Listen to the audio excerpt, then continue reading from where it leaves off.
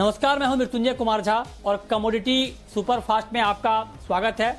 और सबसे पहले हम आपको बताते हैं कि इस वक्त की 5 अहम खबरें कमोडिटी मार्केट से जुड़ी हुई कौन कौन सी हैं। पहली खबर है गोल्ड और सिल्वर, जहां पर प्रॉफिट बुकिंग है और एमसीएक्स पर सोने का भाव 51,750 रुपए के करीब है। चांदी का भाव 66,500 रुपए के करीब है और डॉलर इंडेक्स में जो मजबूती आई है उसका इंपैक्ट हम गोल्ड और सिल्वर की कीमतों पर देख रहे हैं।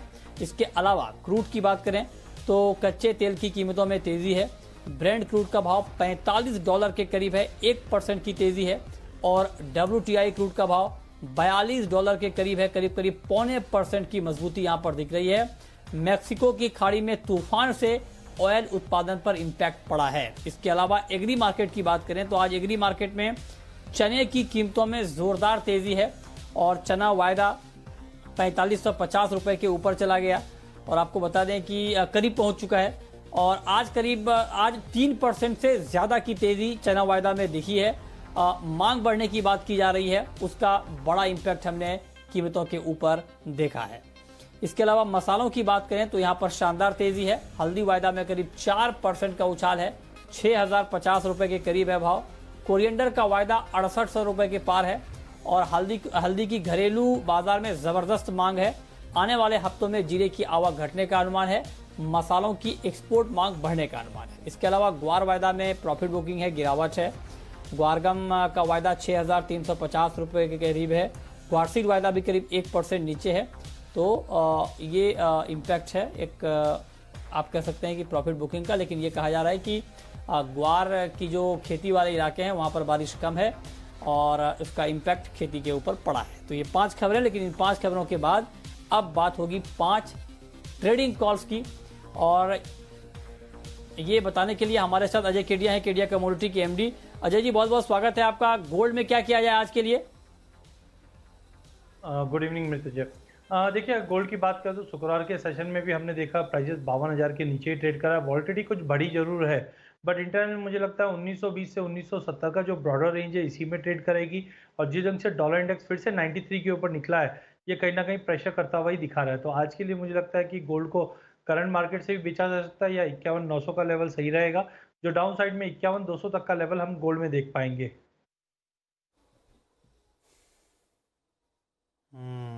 ठीक है।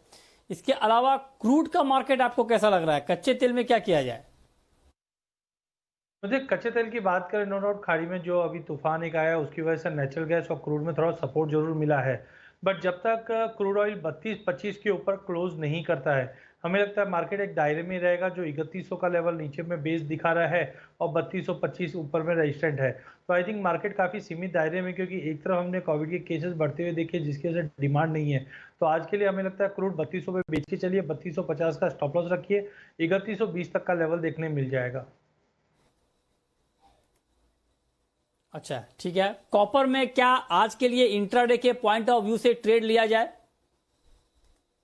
बिल्कुल मिथुन जी, हमने देखा कि जिस ढंग से मैन्युफैक्चरिंग के आंकड़े यूएस से अच्छे आए, उसका भी एक सपोर्ट बेस मेटल को मिला था, बट कहीं ना कहीं 530 के ऊपर कॉपर बिल्कुल सस्टेन नहीं कर पा रहा है। मल्टीपल ऑफ टाइम हमने देखा 530 का लेवल टच करता है, बट वहां से इमीडिएटली गिरावट आ जाती है।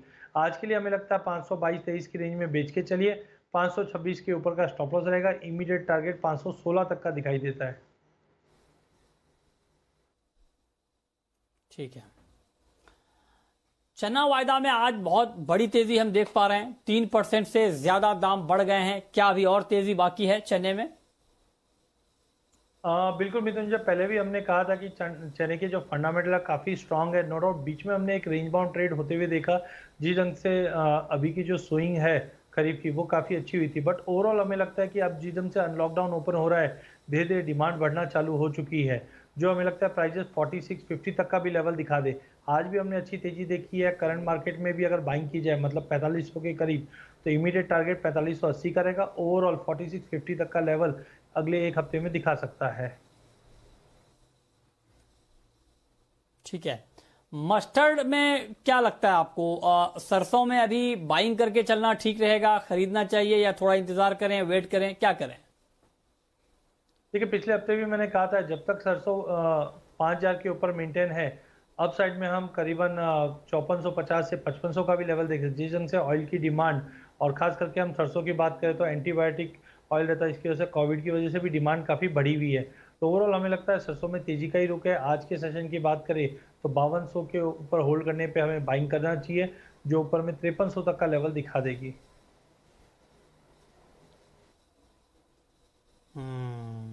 ठीक है, तो ये राय हो गई आपकी चने के ऊपर। ओके, चलिए अब शुरू करते हैं सवाल जवाब इस 5 कॉल के बाद। और पहला सवाल है इंद्रजीत का। पूछिए इंद्रजीत जी।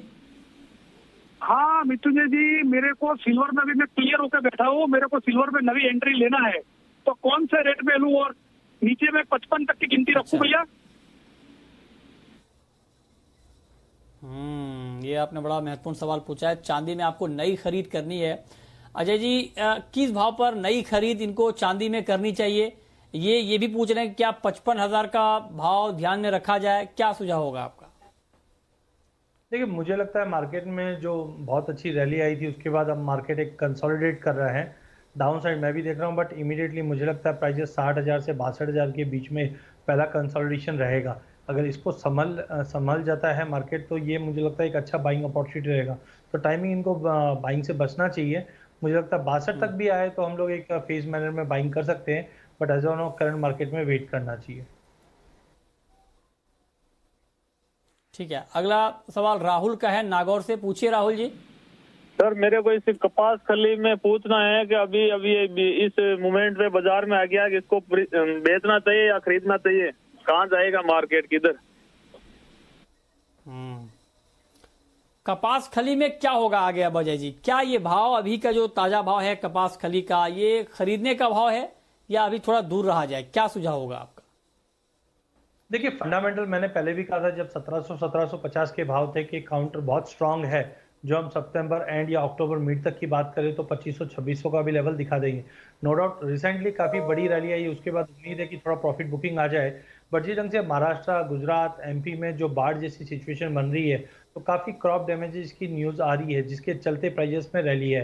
हो सकता है प्राइजेस 1960-70 तक का एक ड्रॉप मिलता है, वहां पे आप लेके चलिए। ऊपर में 2150 तक का लेवल ये हफ्ते में देखने मिलना चाहिए। डिमांड ओवरऑल काफ़ी स्ट्रांग है क्योंकि मॉइस्चर कंटेंट भी बढ़ गया है, तो वो कहीं ना कहीं सपोर्ट ही करेगा। तो ओवरऑल मुझे लगता है काउंटर बहुत स्ट्रांग है, बेच के काम नहीं करना चाहिए। ठीक है, राहुल जैन हैं हमारे साथ। पूछिए राहुल जी। सर, ये चांदी पर पूछना था। अभी बीच में जब बुल आया, एकदम बुल रन, तब 1 लाख के टारगेट आने लग गए और अभी फिर वापस पहले जैसे सब नीचे जा रहा है बाजार।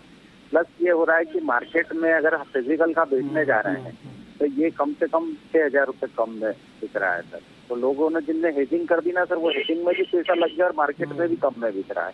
तो क्या करना चाहिए?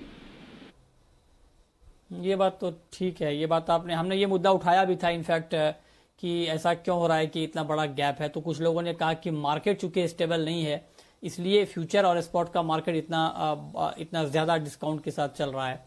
लेकिन अजय जी, क्या कहेंगे आप इनको? बिल्कुल मित्र, मुझे लगता है कि जब ऐसा एक ऑल ऑफ अ सडन बड़ी तेजी आती है, ऐसी तेजी हमने 2011 में देखी जब चांदी ने 75,000 का भाव मारा था और हाजिर में 5-6 हज़ार रुपये का डिस्काउंट था, जो कहीं ना कहीं एक मुख्य इंडिकेटर हो जाता है कि मार्केट में कोई बड़ी लेवाली नहीं है। सेम कंडीशन अभी भी हमने देखा जब चांदी ने 78 का भाव मारा। तो टाइमिंग मुझे लगता है कि ये स्प्रेड जब तक कम नहीं होता है मार्केट में कोई बड़ी तेजी दिखाई नहीं देगा। लॉन्ग टर्म फंडामेंटल अभी भी स्ट्रांग है। जो 90,000 तक का लेवल हम समझते हैं कि अगले साल भर में भी या जैसा कंडीशन बनता है। बट ओवरऑल शॉर्ट टर्म में मुझे लगता है कि एक बार जैसे मैंने अभी बताया कि 61-62 का एक वैल्यू है, मुझे लगता है वहां तक प्राइजेस एक बार मिलना चाहिए। तो शॉर्ट टर्म में थोड़ा वेट कीजिए, नीचे में अगर 60-61 के आसपास भी मिलता है तो वहां से फिर से बाइंग करके चलना चाहिए। लॉन्ग टर्म फंडामेंटल अभी भी इंटैक्ट है सोने और चांदी दोनों में।